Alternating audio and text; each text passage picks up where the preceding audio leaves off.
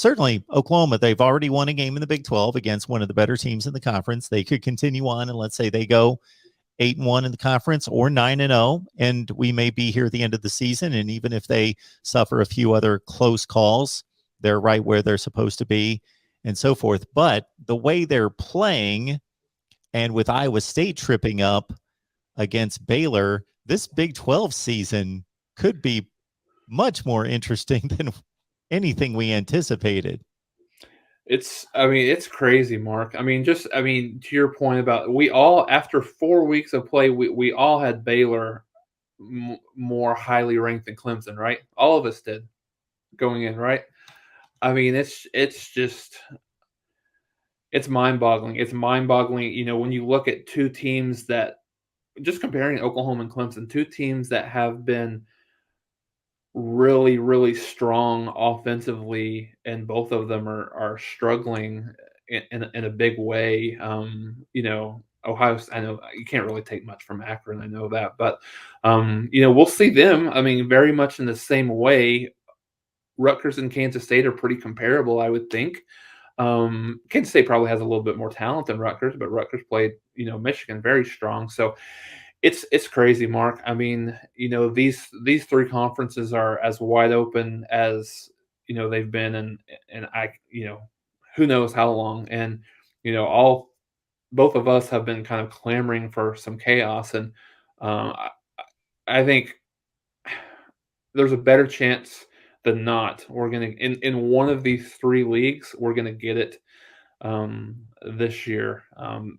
Because Clemson, obviously, I think NC State was probably their toughest game that they had remaining. However, they're struggling on the offensive line. They're struggling at the wide receiver position. And then now they've got just a host of injuries. I think Breesy's out for the year. Shipley's out for about 4 to 6 weeks. So they've got a lot of problems. And, all of a sudden, Texas looks like the best team in the Big 12 right now based on their performance. So I think Mark, it's going to be one of these years, week to week, you just really don't even know. I mean, obviously Alabama and Georgia are clearly right now the best two teams in the country. But I think outside of that, you don't know what to expect week in and week out. I could see, it wouldn't be completely surprising to me if you see half the teams in the top 10 lose this week. You've got Oregon with a tricky game at Stanford. You've got Oklahoma, obviously, at Kansas State, Florida at Kentucky, and then obviously between Cincinnati and Notre Dame, one of those are going to lose. So it's just a crazy year. We can throw all of our predictions that we did partly out the window. The first year of the AP poll was 1936. And I believe this is confirmed. I've heard it a few different places that there have been more ranked teams lose in the first 4 weeks of the season than in any first 4 weeks of the season in the history of the polls. So let me do the math. 85 years. Yeah, I think there's been 25 so far. I saw that stat too. 25 ranked teams have lost since week one. It's crazy. And I think 2007, right, is the modern comparison to what we're seeing now. And it's been even, there was more. I think the only difference between 2007 and now, if I'm thinking of the right year, is there was a lot of losses by number one, number two. We haven't seen that yet. I'm not saying it couldn't happen here, but outside of that, it's the craziest year that we've seen in a while, which I love.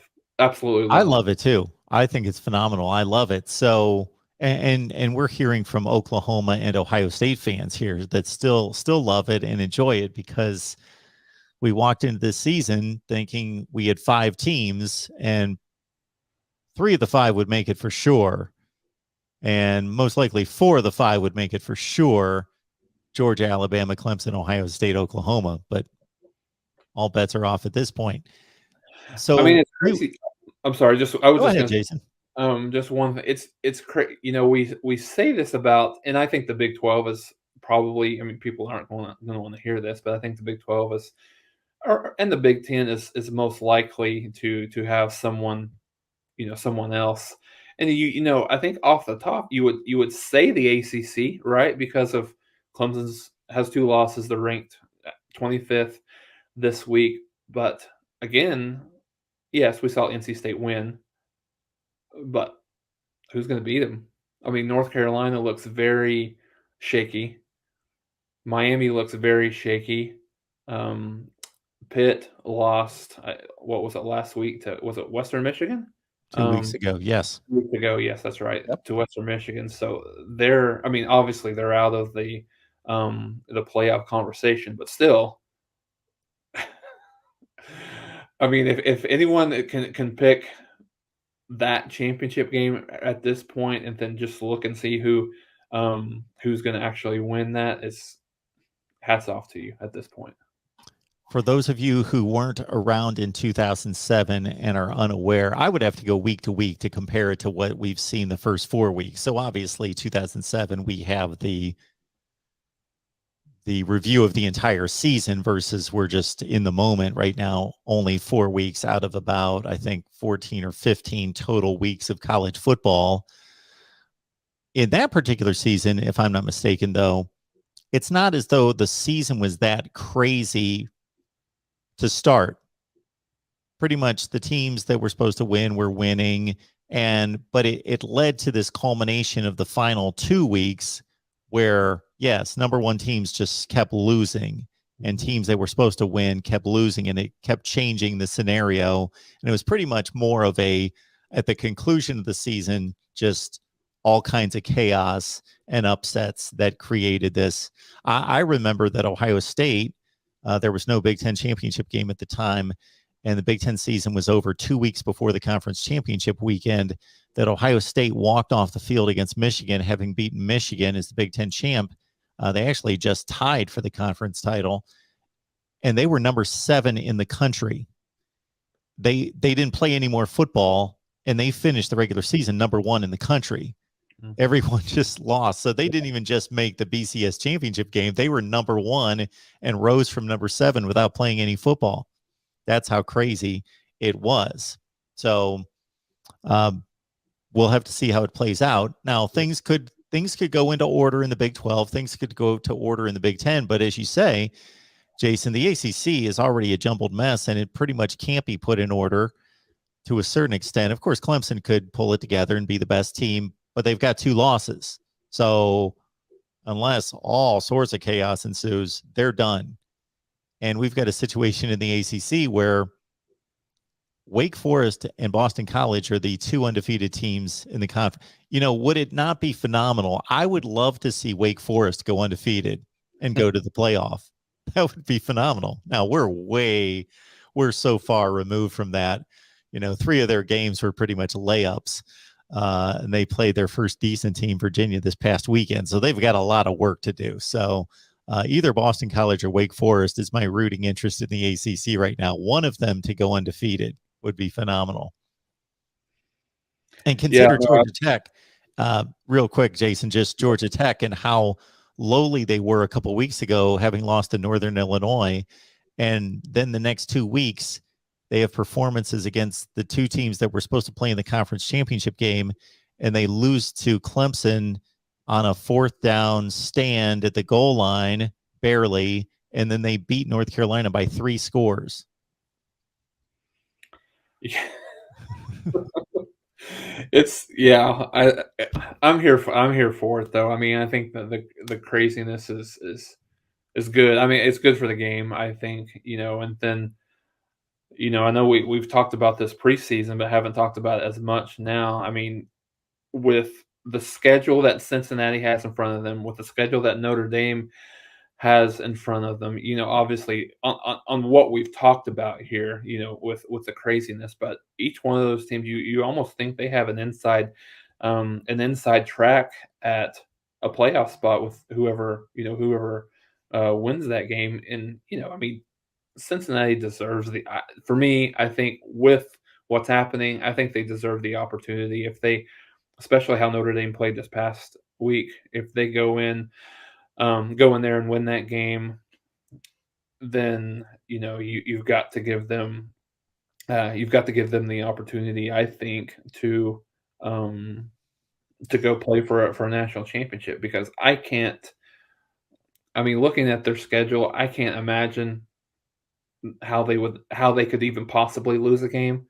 Their toughest matchup is against UCF, which Dylan Gabriel's out for a while, so I mean I don't know what that even looks like. But even their other tougher games are at home. They host Tulsa, they host SMU.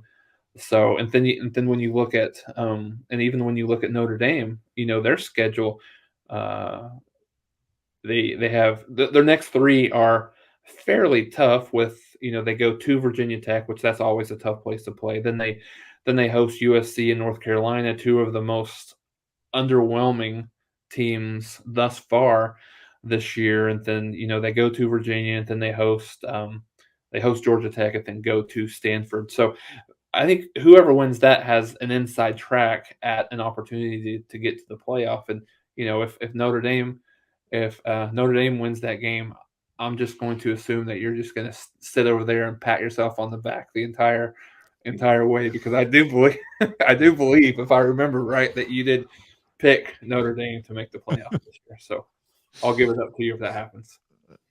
Yeah, that would be a bit of luck falling into place, maybe. I made a calculated selection there, but it was based more on just in some fashion, not that I'm getting it correct, but I envisioned some type of implosion in a few of these conferences, and then it would fall into the lap of Notre Dame. Yeah. But not in any such way that we've seen thus far did I predict this by any stretch. The Big Ten might be too good for its own good, meaning that unless Ohio State pulls it together, like we're waiting for Oklahoma to do the same, there's no great team in the league. Maybe Penn State's the best team, but I don't think they're great. So you just have this thick layer of good teams, like top 15 teams in the country. Michigan, Ohio State, Penn State, Iowa, Wisconsin. I know they're 1 and 2, but if you watch them play, they do have a top 3 to 5 defense in the country. Anyway, Wisconsin, Michigan State's still undefeated. Maryland's still undefeated. Not that I expect them to be that good, but there's like a layer of like 6 or 7 teams that could all beat each other back and forth and win games. So I think that the Big Ten may sabotage itself again unless Ohio State gets things straightened out. Now, the Big 12, you bring Notre Dame and Cincinnati into the conversation, Jason. Who would have thought that in 2 weeks, BYU going to Baylor may be a huge game? Yeah, no, you're right, Mark. And I joked about who I thought Baylor would be better. Obviously, two wins a year ago, right? They've already doubled that this year. I wasn't quite. I didn't know that they would quite be as good as they are. And like I said, Iowa State's in the same vein as Oklahoma. They've struggled. It's the things that have been a little bit of a bugaboo for them last year was, Brock Purdy just untimely mistakes and turnovers is still happening as well. So, yeah, no, I think that's a really big game in the Big 12. Obviously, this weekend, Baylor at Oklahoma State. Both, as you mentioned, Oklahoma State's playing really well as well. Now, they've kind of landed in on a running back, and Spencer Sanders seemed to be playing a little bit better for now. But it's wide open. I think it's wide open. Oklahoma still has the benefit of number one being the team, right? And then I think number two, from a scheduling perspective, they still have some of their tougher games. Baylor's a little bit tougher now as an away game. They go to Baylor, they go to Oklahoma State, but they still get they still get TCU at home. They still got Iowa State at home. So, I mean, maybe it doesn't matter that much, but still, I think they have the opportunity to right the ship and still win this, but they've got a lot of ways to go, and I think a majority of it falls on the offensive line. Maybe some Oklahoma fans will be a little bit more merciful to me considering that I ranked Oklahoma as low as I did after their first couple performances, because now these performances are continuing. And I'll rank them higher when they earn it. But of course, I'm giving them credit for the wins because they are winning the games. If this was the NFL, they would just be 4-0, and nobody would bat an eye at it. But they are 4-0. I believe I've got them at 16th in the country. And so we've got. Yeah, I agree with you, Mark. I mean, that's about right. And I think honestly, if we didn't rank these teams preseason and you just looked at the performance on the field, I don't know that you would even say that Oklahoma's a top 25 team right now. Yeah. When you look at, and I think there was, we talked about this after the Tulane game. Said, I'm waiting to see, how good they are. It's the same team that they've been in the past. Maybe even not as good. They lost to UAB at home this weekend. They got absolutely trounced by Ole Miss. And then Nebraska just they continue to find ways to lose. Yeah. It's incredible. Yeah. They without giving up a first down in the second half, they still lost. I don't know, and I think the one thing that was very interesting from Joel Klatt on the telecast, not to go too far off the beaten path here, but when you have a new coach, and with Scott Frost, obviously he's not a new coach, but the fourth year, usually you lose bad, then you lose close. I think they're in the mode of losing close and finding ways to win or ways to lose because they lost to a bad Illinois team, which we know now is a bad team. And then they had an opportunity and very easily could have or should have beaten Oklahoma and Michigan State both on the road. So they make a case they should be undefeated right now, but